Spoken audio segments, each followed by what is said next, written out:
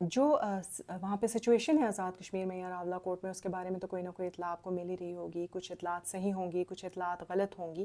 تاہم اس کا کرکس یہ ہے کہ صورتحال وہاں پہ اچھی نہیں ہے، اور نظر یہ ایسا آتا ہے کہ جیسے صورتحال ایمرجنسی یا کرفیو کی طرف جا رہی ہے. اور یہی وہ بنیادی بات تھی جس سے بچنا ضروری تھا.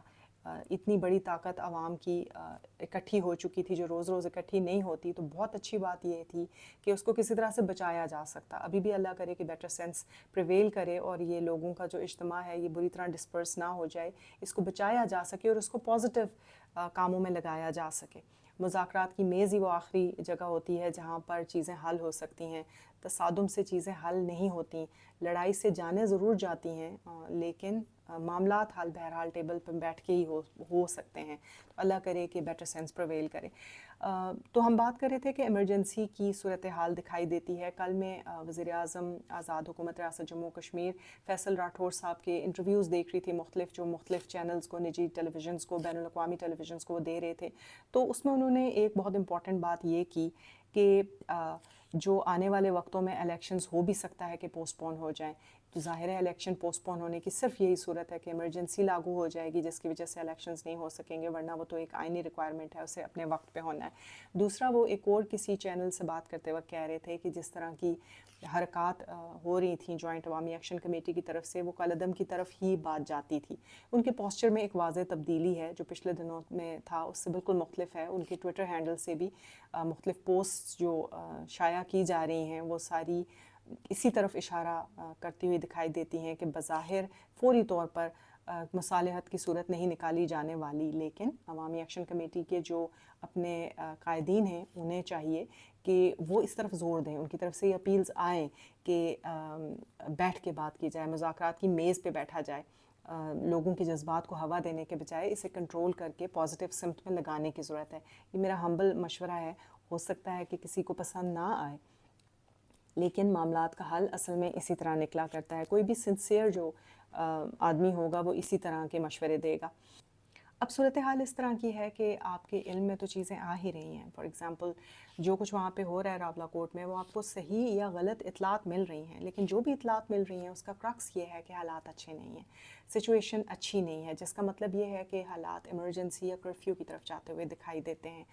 اب یہ وہ بنیادی بات تھی جس سے بچنے کی کوشش کرنے کے لیے آپ کے قائدین، مختلف لوگ جو تجربہ کار سیاسی قائدین ہیں یا سیاسی رہنما ہیں یا سیاسی ورکرز ہیں، وہ بار بار کہتے رہے تھے کہ حالات کو کسی طرح ایسے رکھا جائے کہ مذاکرات کی میز تک بات رہے اور ڈائریکٹ تصادم تک بات نہ آئے. خدا نخواستہ جس طرف سے بھی لوگ مارے جائیں گے نقصان ہمارا ہی ہے.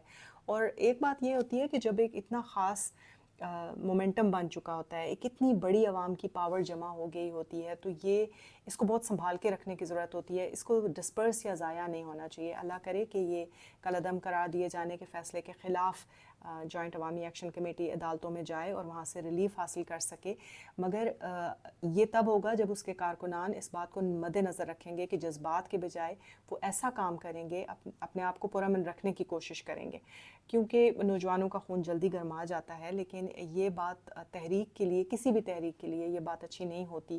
نہیں، اطلاع ایک اور بھی ہے، ابھی تک وہ کنفرم نہیں ہوئی، غیر مصدقہ اطلاع ہے، لیکن ہمارے سورسز یہ بتا رہے ہیں کہ جو ڈپٹی کمشنر ہیں راولہ کوٹ کے، انہوں نے خط لکھا ہے جو قریبی کمانڈ آفس کو، اور انہوں نے فوج کی کمک مانگی ہے، لوکل جو فورسز ہیں پولیس کی، ان کی ایڈ کے لیے، ان کی مدد کے لیے.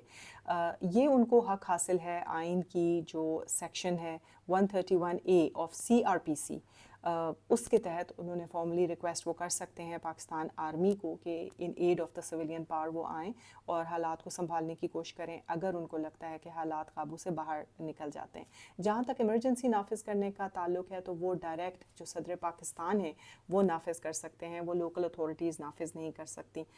لیکن ابھی اس طرح کی صورتحال تو دکھائی نہیں دیتی. لیکن راولہ کوٹ کے ڈی سی کے بارے میں یہ ضرور اطلاع ہے کہ وہاں پر کرفیو نافذ ہو سکتا ہے، کیونکہ انہوں نے پولیس کی مدد کرنے کے لیے جو ہے آرمڈ فورسز کو خط لکھا ہے. یہ کنفرم نہیں ہوا، میں دوبارہ یہ بات کہوں گی اور آنے والے چند گھنٹوں میں پتہ چل جائے گا کہ کیا واقعی کرفیو کا نفاذ ہوتا ہے یا نہیں.